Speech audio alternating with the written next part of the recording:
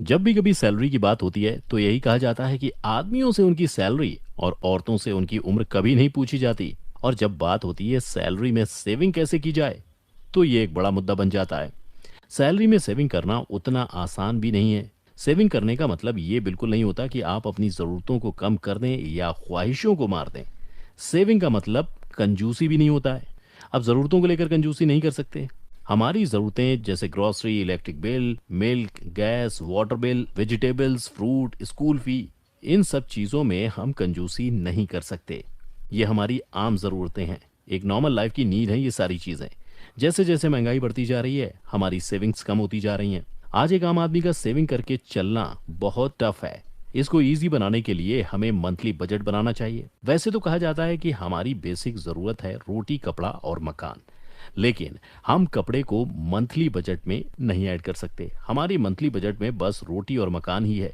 अगर हम बजट बनाकर चलेंगे तो हम एक सिंपल लाइफ आसानी से जी सकते हैं। हमें नहीं पता होता है कि कब कैसी कंडीशंस आ जाएं। सेविंग हम हमेशा अपने टफ कंडीशन के लिए करते हैं। अगर एग्जाम्पल दें कोरोना वायरस का, तो उस वक्त 50% लोगों ने अपनी नौकरी गंवा दी थी। इनकम का कोई जरिया नहीं था। लोगों ने अपनी सेविंग से ही अपनी लाइफ चलाई थी। इसीलिए सेविंग करना बहुत ज्यादा जरूरी है। किसी को नहीं पता कि कब कैसी कंडीशंस आ जाएं। हर इंसान की सैलरी अलग अलग होती है। कोई अपनी सैलरी में अपनी ज़रूरतें भी नहीं पूरी कर पाता। कोई अपनी सैलरी से अपनी ज़रूरत और अपनी इच्छाएं दोनों पूरी कर लेता है। लेकिन बचत हर कोई करना चाहता है। हर कोई चाहता है कि एक आसान तरीका, एक आसान आइडिया या कोई ऐसा आसान टिप हो जिससे वो आसानी से सेविंग कर सके। सक्सेस और हैप्पीनेस के इस वीडियो में हम उन्हीं आसान तरीकों के बारे में बात करेंगे जिनकी हेल्प से आप अपनी सैलरी से सेविंग कर सकें। हम सभी अपनी सैलरी में सेव करने में बहुत स्ट्रगल करते हैं। आप इस स्ट्रगल से बच सकते हैं। इसलिए सक्सेस और हैप्पीनेस की इस वीडियो को आखिर तक जरूर देखें। रुको, सोचो और खुद से पूछो। अपने मंथली इनकम के अकॉर्डिंग हम में से हर कोई अपना एक बजट बनाता है और उसी बजट के हिसाब से हम अपनी शॉपिंग करते हैं। अब इसकी वजह से कई बार ऐसा भी होता है कि हम बहुत ही फालतू चीजें खरीद लेते हैं। कई बार किसी से उधार लेकर और कभी आउट ऑफ बजट जाकर। अब इसका इम्पैक्ट ये होता है कि वो चीज़ खरीदने की वजह से आपका मंथली बजट डिस्टर्ब हो जाता है और जिसकी वजह से आप उस मंथ की सेविंग भी सही से नहीं कर पाते हो। इसीलिए मंथली बजट बनाते वक्त जब आप सामान की लिस्ट बनाते हो या कोई भी पसंदीदा चीज़ खरीदना चाहते हो तो सामान खरीदने से पहले आप 3 सेकेंड रुको, सोचो और खुद से पूछो, क्या ये सामान हमारे लिए ज़रूरी है? अगर इसका जवाब आपके मन में हाँ आता है तो आप अपने आप से एक और सवाल पूछो, क्या आप ये सामान अपने बजट को डिस्टर्ब किए बिना ले सकते हो? वरना उस चीज को इग्नोर कर दो, जिससे आपका बजट भी डिस्टर्ब नहीं होता और आप एक अच्छी सेविंग कर सकते हो। हर खर्च का कोई मकसद रखें। आपको ये बात बहुत अच्छे से पता होनी चाहिए कि आपकी सेविंग आपके एक्सपेंसेस से डायरेक्ट कनेक्ट होती हैं। जो बेहिसाब फालतू का खर्चा करते रहते हैं जिसका इम्पैक्ट हमारे बजट पर पड़ता है। इसीलिए हमें अपने एक्सपेंसेस को अच्छे से प्लान करना चाहिए जो बहुत ज़्यादा ज़रूरी है। जैसे कि आपके school fee, electric bill, water bill, grocery, gas, milk, vegetables, fruit, monthly rent, EMI, insurance वगैरह।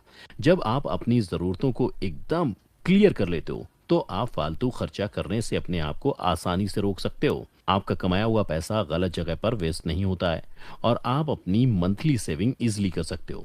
अपने हर पैसे के खर्च का मकसद रखिए। ये मत सोचिए कि 50 रुपए ही तो हैं। अगर 10 रुपए भी बचाए जा सकते हैं तो बचा लीजिए। अक्सर हमें सेल के नाम पर ऐसे ही फंसाया जाता है क्योंकि ह्यूमन साइकोलॉजी कहती है कि 100 रुपए में ही तो मिल रहा है, क्या कंजूसी करना।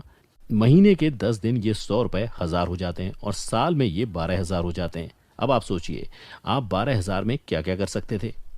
यूजलेस चीजों पर पैसे खर्च करना बंद करें।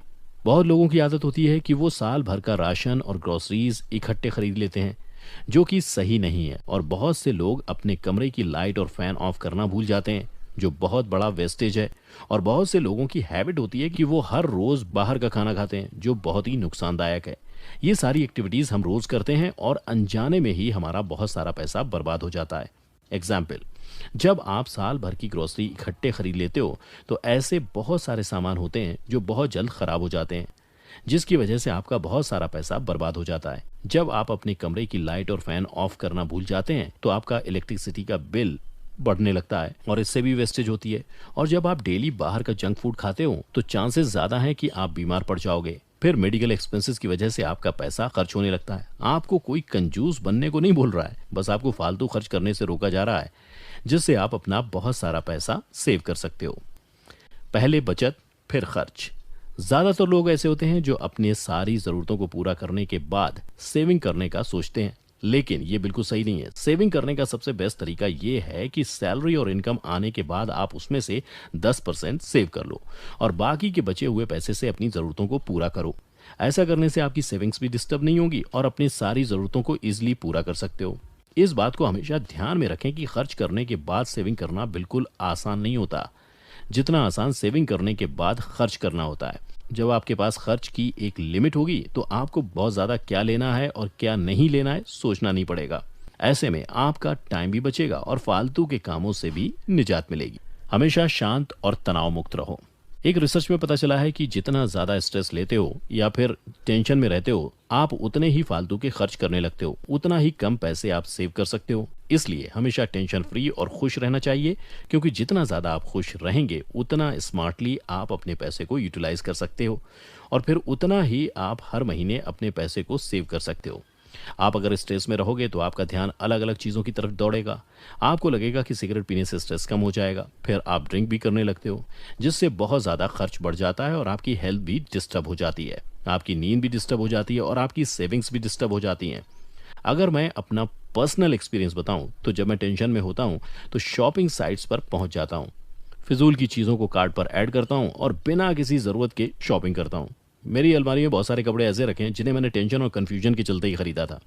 उन कपड़ों को देखकर गुस्सा भी आता है और सीख भी मिलती है कि अगर मैंने इतने सारे पैसे इन फिजूल के कपड़ों पर नहीं खर्च किए होते तो इनसे क्या कुछ नहीं कर सकता था, बहुत फ्रूटफुल इस्तेमाल हो सकता था इनका। ऐसा नहीं है कि अब मैं स्ट्रेस में फिजूल की शॉपिंग बिल्कुल नहीं करता, अब मैं खुद को स्ट्रेस से बचाता हूँ ताकि सेविंग्स हो सकें। आप भी यही तरीका आजमाइए, आपकी भी सेविंग्स बढ़ जाएंगी। तो दोस्तों, ये वो कुछ तरीके हैं जो आपके लिए बहुत यूजफुल होंगे।